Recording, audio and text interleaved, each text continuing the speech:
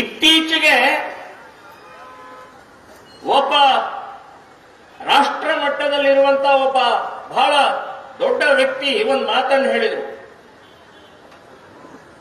ನನಗೆ ಬಹಳ ದುಃಖ ಆಯ್ತು, ನೋವಾಯ್ತು, ಸಿಟ್ಟು ಬಂತು. ಏನ್ ಹೇಳಿದ್ರು ಅವರು? ಹಿಂದೂ ಸಮಾಜ ಇನ್ಮೇಲೆ ಮುಸ್ಲಿಮರ ಜೊತೆಗೆ ಹೊಂದ್ಕೊಂಡು ಹೋಗಬೇಕು, ಅಡ್ಜಸ್ಟ್ಮೆಂಟ್ ಮಾಡ್ಕೊಂಡು ಹೋಗಬೇಕು, ಅವರು ನಾವು ಅಣ್ಣ ತಮ್ಮಂದರು ಇರಬೇಕು ಅಂತ ಒಬ್ಬ ರಾಷ್ಟ್ರೀಯ ಮಟ್ಟದಲ್ಲಿರುವಂತಹ ಒಬ್ಬ ಚಿಂತಕರು ಹೇಳಿದರು.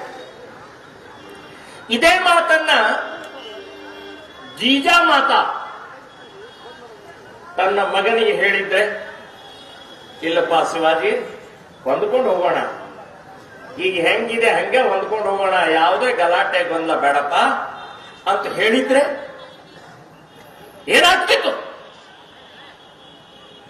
ನಾನಾ ರಾಷ್ಟ್ರೀಯ ಚಿಂತಕರಿಗೆ ಹೇಳ್ತಾ ಇದ್ದೇನೆ, ನೀವು ತಪ್ಪು ಹೆಜ್ಜೆ ಇಡ್ತಾ ಇದ್ದೀರಿ, ತಪ್ಪನ್ನು ಹೇಳ್ತಾ ಇದ್ದೀರಿ. ನೀವು ಯಾರ ಜೊತೆಗೆ ಹೊಂದ್ಕೊಂಡು ಹೋಗ್ಬೇಕ್ರೆ? ಯಾರ ಜೊತೆಗೆ? ಗೋ ಹಂತಕರ ಜೊತೆಗೆ ಹೊಂದ್ಕೊಂಡು ಹೋಗ್ಬೇಕಾ? ಈಗ ಸುಪ್ರೀಂ ಕೋರ್ಟಿನ ಉಲ್ಲಂಘನೆ ಮಾಡಿ ಮಸೀದಿ ಮೈಕ್ನಿಂದ ಅಲ್ಲಾಹ್ ಕೂಗುವಂತವ್ರನ್ನ ವಿರುದ್ಧ ನಾವು ಜೊತೆಗೆ ಹೊಂದ್ಕೊಂಡು ಹೋಗ್ಬೇಕಾ?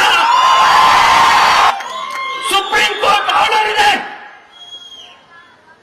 ಪೊಲೀಸರಿಗೆ ಅದು ಗೊತ್ತಾಗೋದಿಲ್ಲ.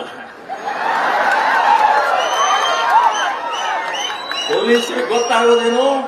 ಡಿಜೆ ಹಚ್ಚಬೇಡ್ರಿ, ಡಿಜೆ ಹಚ್ಚಬೇಡ್ರಿ.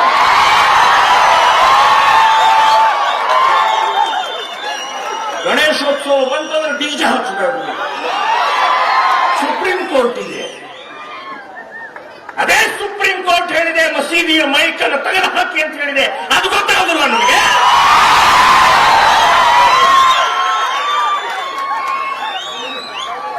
ಡಿಜೆ ಒಂದಲ್ಲ, ಎರಡೆರಡು ಹಚ್ಚೋರ್ ನಾವು. ತಾಕತ್ತಿದ್ರು ತಡೀರ್ ನೋಡೋಣ. ಎಲ್ಲ ಉತ್ಸವಕ್ಕೂ ಹಚ್ಚೋರು ನಾವು. ಕಾನೂನು ಒಂದೇ ಇದೆ, ಎಲ್ಲರಿಗೂ ಒಂದೇ ಇದೆ. ಬರೇ ಹಿಂದೂಗಳಿಗೆ ಮಾತ್ರ ನಿಮ್ಮ ದಬಾನಿಕೆ, ನಿಮ್ಮ ಹಕ್ಕನ್ನು ನಮ್ಮ ಮೇಲೆ ಚಲಾಯಿಸಬೇಡ, ಮುಸ್ಲಿಮರ ಮೇಲೆ ಚಲಾಯಿಸಿ ನೋಡೋಣ.